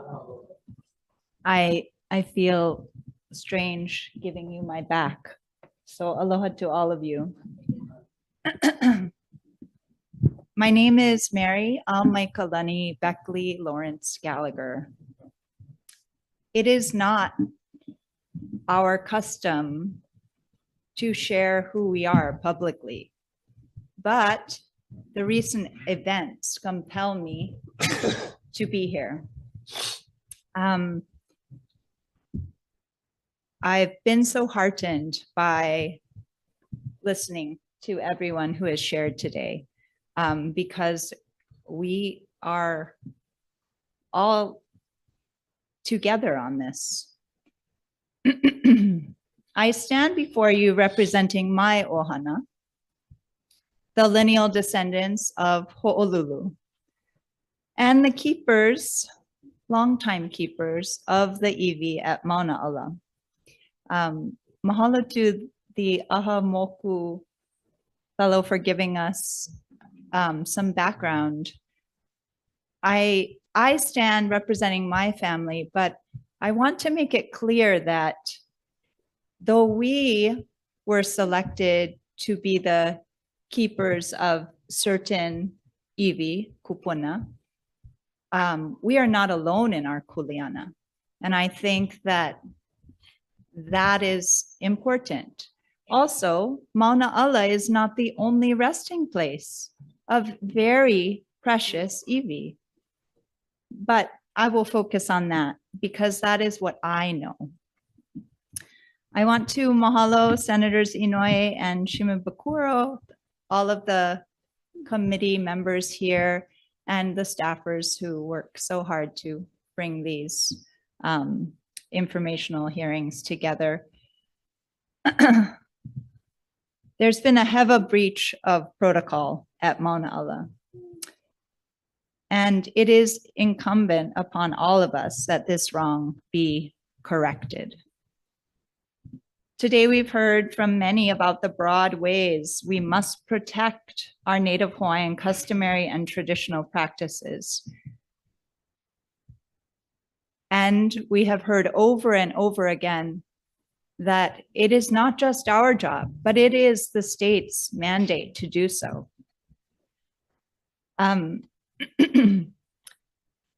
I commend you all for attempting to educate yourselves so that you can be stronger advocates for us. And I caution us all to remember that our Native Hawaiian culture is complex and nuanced by design. What may work in one instance is not the solution in another. The key, and this is what's really lacking, the key is to welcome us, Hawaiians, into your work, to listen to us when, as Kumu Ayu just laid bare, when we offer our kokua, when we step forward. Please listen to us when we tell you how something must be done. We are not blowing hot air. We have carried this knowledge from generation to generation. And though I may be unrecognizable to many of you, there are many like me who have been taught the stories, who have been cautioned that any moment you have to be ready. who have been guided. And like Kawai Kapu said, the reason we know is because our kupuna are right here. From a Hawaiian perspective, the past is not behind. It is right here. And it tells us, if we know to look, what to do. The kupuna guide us all along the way.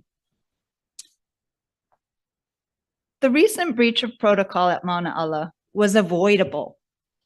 I want to repeat that. It was avoidable. Look at all these people who were of service. I was rebuffed. You know, who am I? I'm a nobody.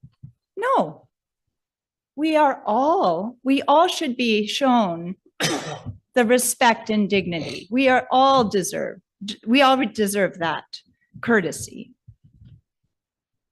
The administration only needed to ask our family who the next keeper and kahu should be. And we have never acted alone. In that slideshow, what occurred to me is all of these benevolent societies, well, we were all ohana. We all knew one another. We still know one another.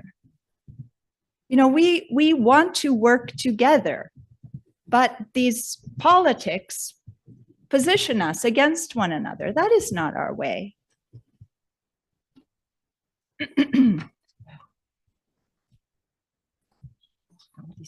I'm going to go back to the only thing that was needed was to ask the humble question, who is next? And then to kuka, as Trustee Lindsay said. This is how it has always been done. And this is how it can be fixed. As descendants who carry this kuleana, we have an obligation. Our family has an obligation to rectify this situation. The Ho'olulu bloodline, from our point of view, must be reinstated at Mauna Ala, because we are those who were chosen not to care for bones, but for the mana of our ali'i. It's not the tombs and the property. It is a spiritual mandate. And we have not died out. There are many of us. We are connected. We are here. We are ready to serve. We know one another. And we are not so ho'okano that we will not work with others to learn anything that we need to.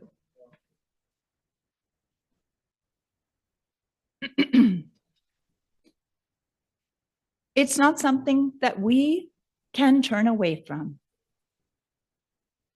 Because that mana, it's that mana that has been disrespected by the state's actions. DLNR has obstructed the established transfer protocol by delay, by drama, and breaking its own quiet promises to our family members for over a year now. It's unprecedented and it's absolutely unacceptable. I'd like to give you background just from our family. Mauna Ala, the royal mausoleum where the iwi of Nakupuna Ali'i and several close to them are buried, was built in 1865 as the second westernized royal burial ground in the then Kingdom of Hawaii. Many served, but by 1893, the first Hale o Ho'olulu residence had been built, and Queen Liliuokalani selected her lady-in-waiting, also cousin, High Chiefess Mariah Kaha'avelani Beckley, who married Kahea, my daughter's namesake. I don't know how you're here. Aren't you supposed to be in school? She was the inaugural residential kahu and keeper. And since that time, no one except a descendant of Ho'olulu has served in the role of keeper except for Auntie Iolani Luahine, who was chosen by a family committee along with many of the other ali'i groups to serve. She was chosen because there was no available descendant in the 1960s. In fact, it was my own grandmother who was asked to serve before her, but she was nearing the end of her life and she was sick. So what is the kuleana? That mana be cared for. Well, Auntie Iolani Luahine sure was a good choice. And of course, Auntie Io lovingly moved on to other duties when the family could resume the kuleana with Auntie Lydia Maioho. That is how it has been done. Uninterrupted. And this is how it must be. It must be this way in perpetuity.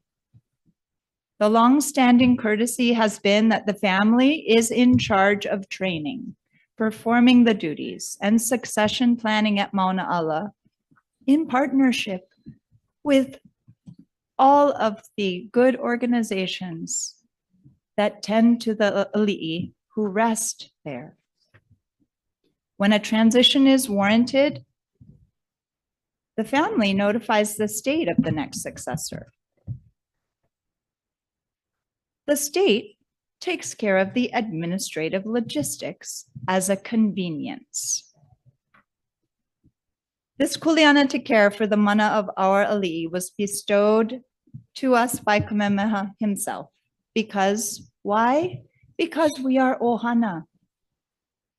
And since that time, we've served uninterrupted, transporting iwi, staying with them, loving them,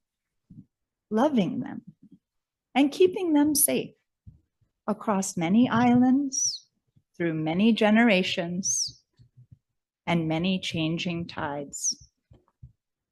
I'm here to tell you that the Ho'olulu line is broad, deep, and connected, and remains vibrant and capable of fulfilling this kuleana.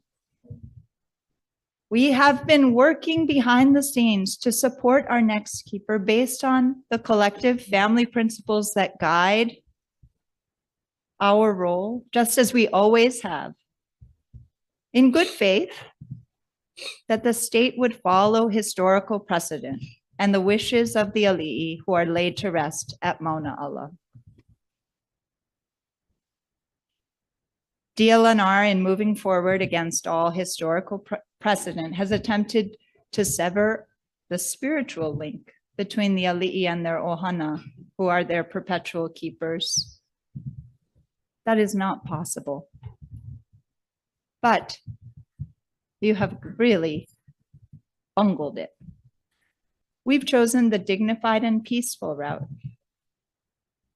But we have to balance that with the kuleana which we are being prevented from fulfilling. Because that responsibility is the most important. The mana of the iwi kupuna is not being stewarded as our ali'i intended. And this enormous time gap is normalizing this absence of caretaking as acceptable. It is not just unacceptable. This is an act of spiritual violence.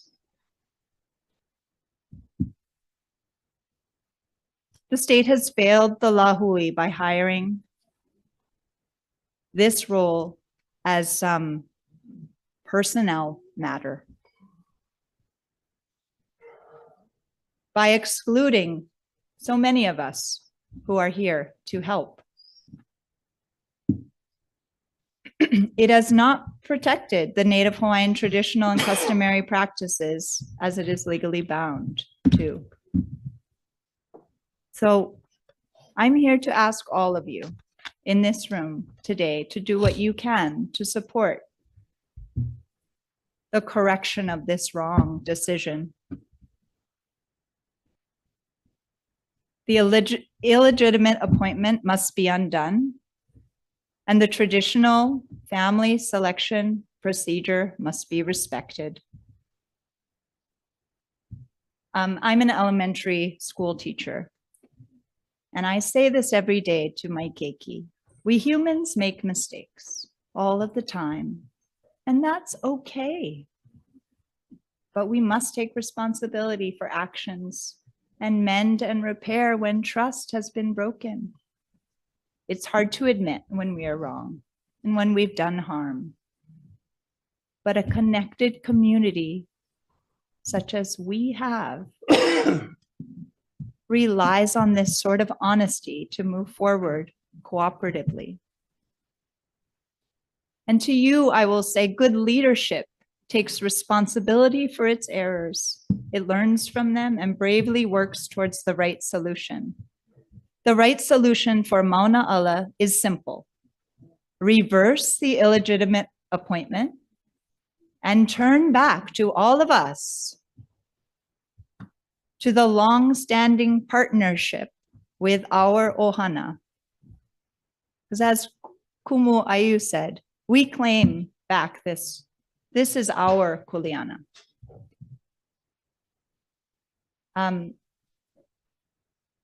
You know, I see that this is the closing of our hearing, but we're not ready to close.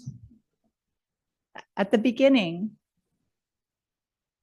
Kapu, you said that, you know, there's an order to the opening and the closing, and that pono is required to close, and we are not there. So let's not close this, but let's walk out of these doors and take action and do what we can and work together. Mahalo nui for your time, for all of you being here. And I look forward to working cooperatively with all of you.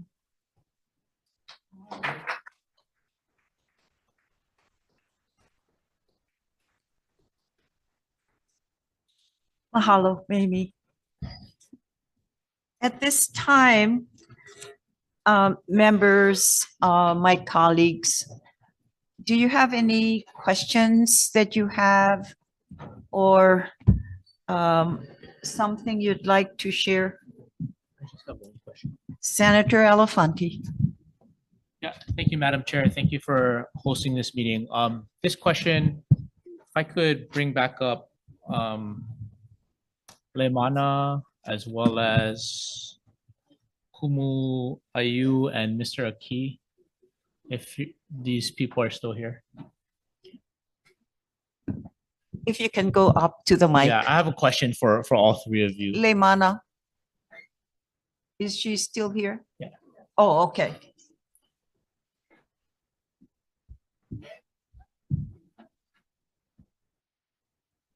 Yeah, thank you for being here and thank you for coming back. And perhaps you may have different answers to this one question that I have, and it was iterated in some of your testimonies before this joint committee.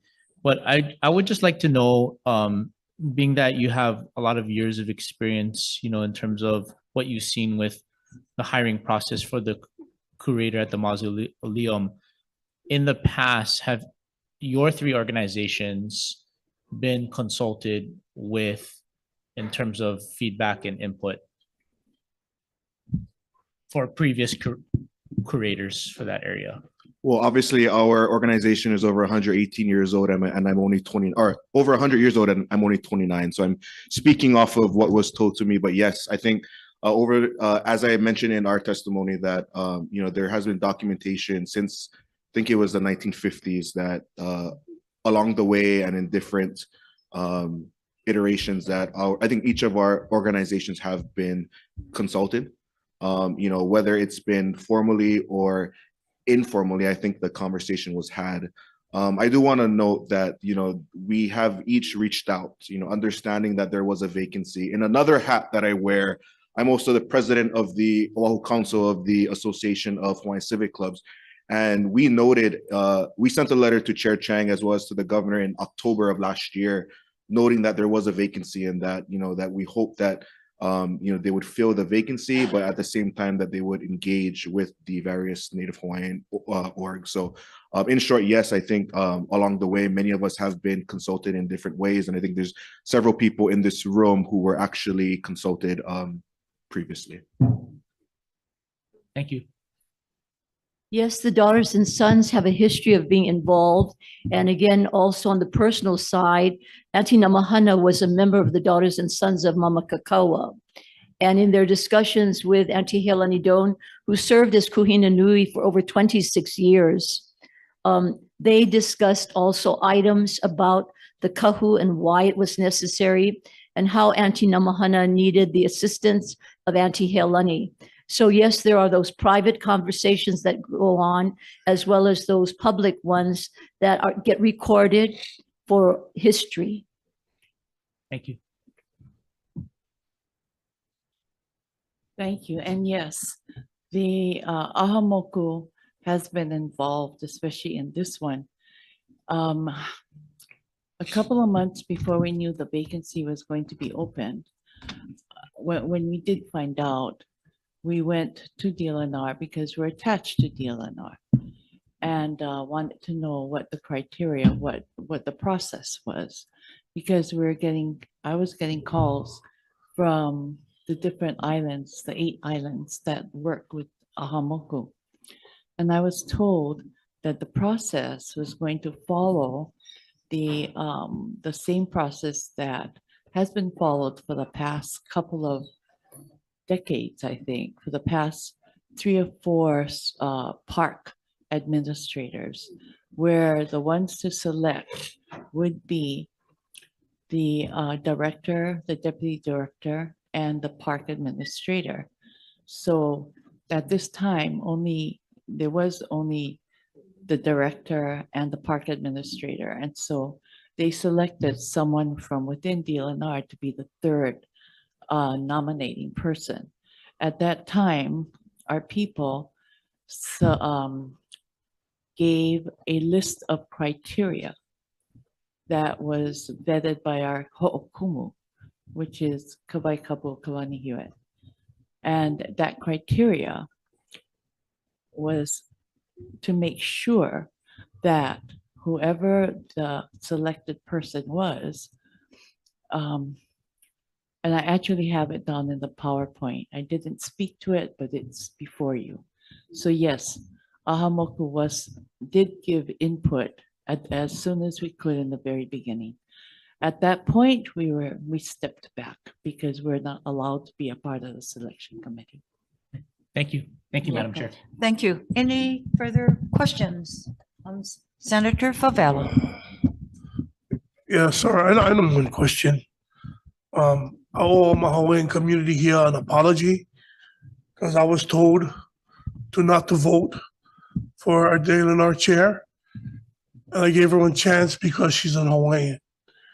Hearing what I'm hearing today is very disturbing. This is not the only thing she's doing. She's trying to sell our lands, make deals with the military, plenty more stuff. But this is the most serious because I always bring this up in this square building, yeah? Without our identity, there is no Hawaiians, nothing left. If we continue on traditions of government and state and not recognizing the people in this, look at this building, look around. All of us are aging. Where is the ones coming after us to continue the legacy at this precious area of our time? Where is it? Because if we do correct this wrong, and the wrong that needs to be corrected is by our governor needs to tell her to step back and put this back where it should belong in your guys' hands, not her hands. She thinks she's running a law firm, that everything needs to go through her as an attorney.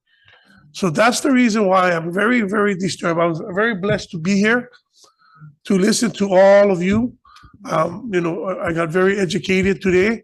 I never really knew all of this stuff, what you guys talking about. Yes, I am a Hawaiian, but I was robbed very young age of my culture. And I really, really feel it more in this square building every day of being robbed of my culture. But again, we cannot stand as a people to continue to sit back and get robbed. We need to let the governor know that she had served the best she could. She doesn't have the ability to serve any longer. And I had asked the governor said he has all his trust in her when I wrote the letter for her resignation. She needs to be removed before we have nothing left for our legacy, for our families. So that's the reason why I owe everyone here in Zoom land and in this building an apology. When you guys told me exactly what she was going to do is exactly what she's doing. And again, thank you, Chair, colleagues, for this hearing. And again, I apologize to my Hawaiian community. Mahalo.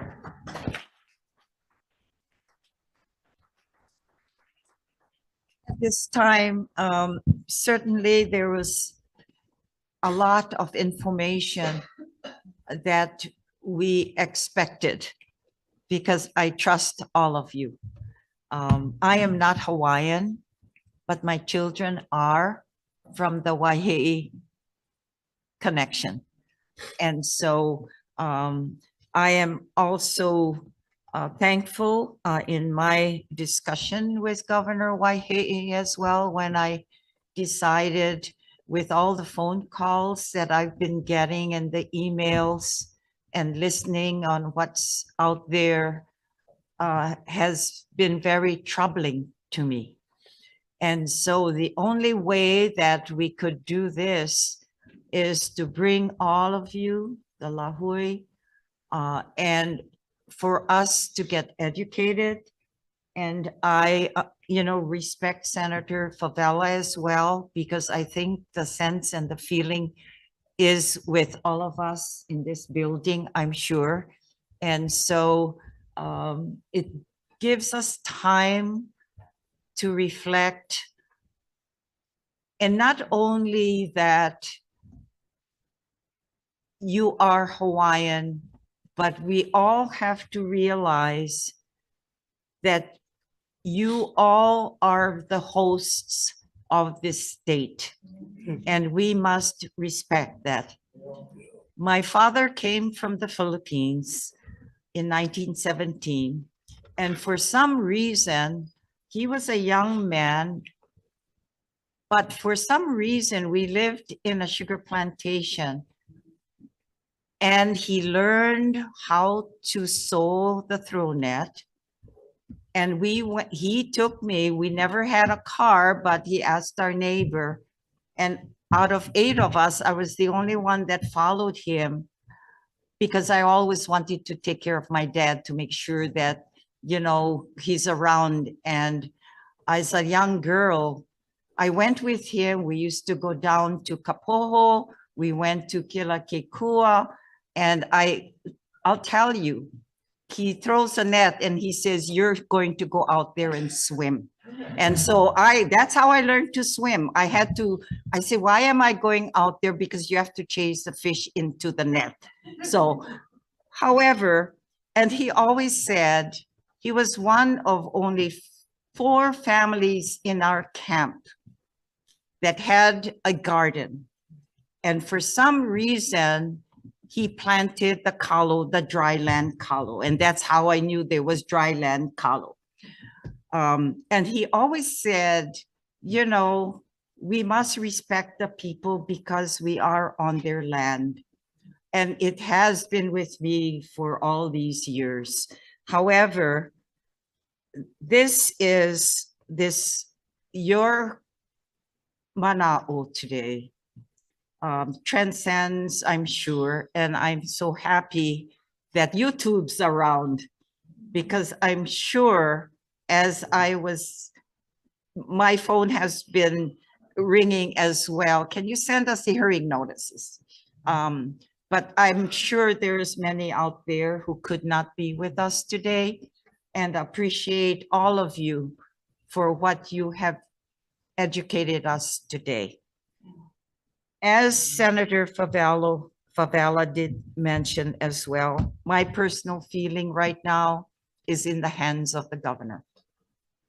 And so with your help, as was mentioned earlier by Mamie and Colleen, you're all in this together, but we are there to support you. And so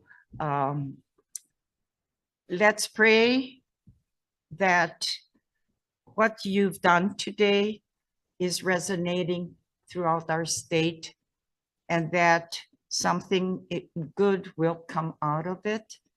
It must. So with that said, we thank all of you for participating today. And whatever we can do forthcoming in the next session to work with all of you, upgrade our policies that's in the Aha Moku section.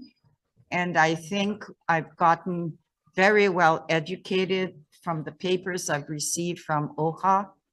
And together we must all work and see how we're going to move forward in our statutes, strengthen it. And let me say that for OHA and all of those who has participated this last session, what we know of the cultural value of our Native people, we've had bills. I chair the Committee on Water and Land, and sometimes we have bills with Hawaiian affairs. And without the input, without the testimonies, particularly when it came to OHA and their mission, to remind us, will you please add a Native cultural practice to a bill?